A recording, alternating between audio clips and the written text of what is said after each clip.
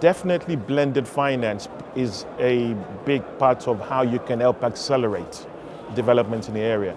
And what I mean by blended finance is how do you utilize the different types of capital built together to try and de-risk both the projects but also the participation of different investors.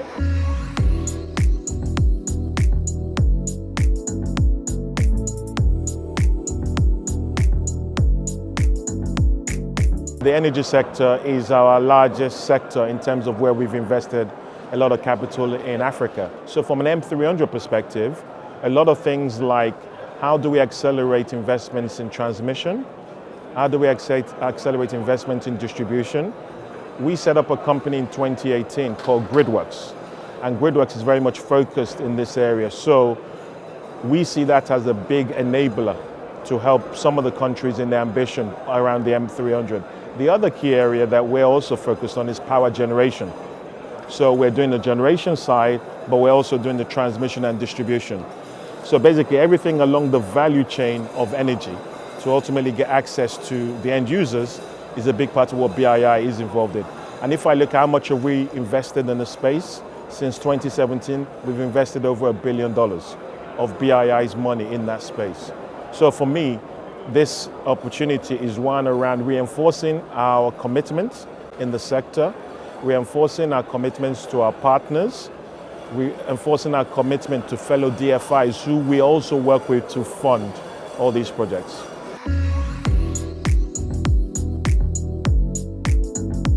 In my 20 plus years of delivering infrastructure across the continent, the biggest area I continue to see as a bottleneck is in transmission and distribution.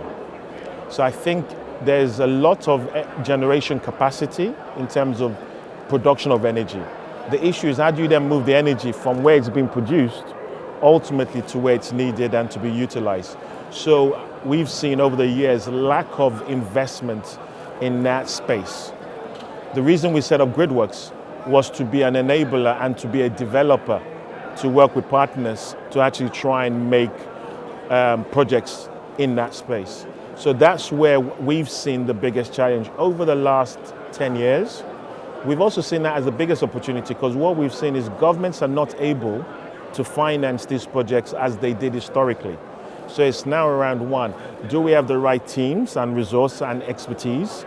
And then how do you match that with the type of capital needed? So the two type of capitals we've been providing. Risk capital, which is early stage equity development that you need to get this project developed. And then when those projects are now developed and ready to be invested, our capital, and then mobilizing other capital. So transmission distribution and the whole distributed renewable energy space. The skill in terms of the right type of team who have the expertise, and then the right type of capital.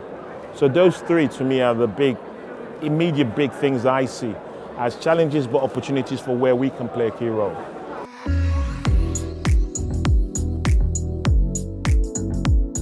So we as a DFI, we are able to take certain risks that the private sector isn't able to take.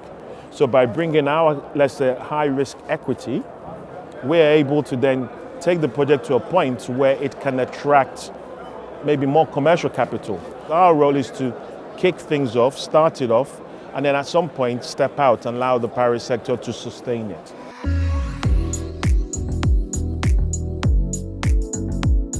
Let me pick two examples, and actually just not far off the meeting I just had.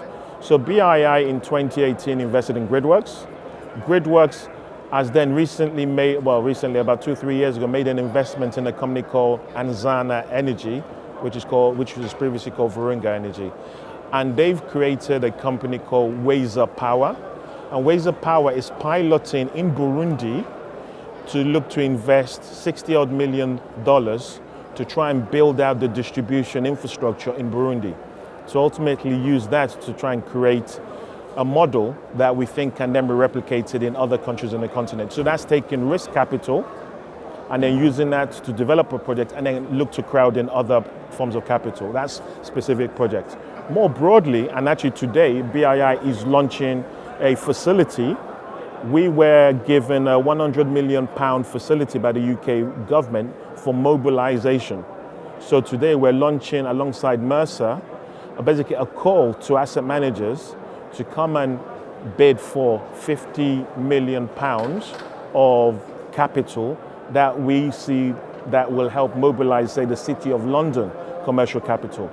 So again, one is around specific projects and crowding in investors in there, but also using this £50 million facility alongside Mercer, working with us, to try and use that to try and see how asset managers can bring proposals forward of how we can mobilize more money with that £50 million.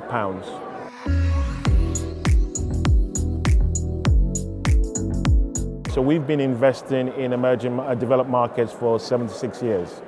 So there's an element around consistency in policy, clarity in strategy, and a bit of focus on partnership.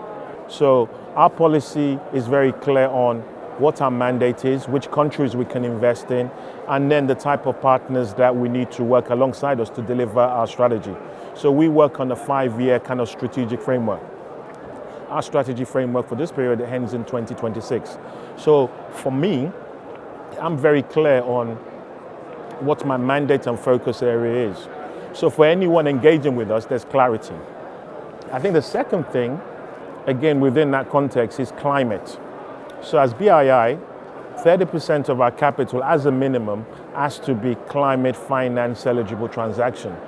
So for us, we see the climate space as a big space for us to continue to invest in. We are a supporter of the Global Climate Initiative, ultimately around how to get to, within our mandate, net zero by 2030. And then I think the third thing is mobilization. I think for us, we remain focused on the fact that, we've been able to crowd in, I think, about $1.12 billion so far. How can we do more? Because the gap, we're here about how do you electrify and give access to 300 million Africans by 2030. I invest roughly about $1 billion a year in Africa across different sectors. That alone isn't going to help bridge the gap. So the mobilization agenda for me, irrespective of policies or others, remains a key focus.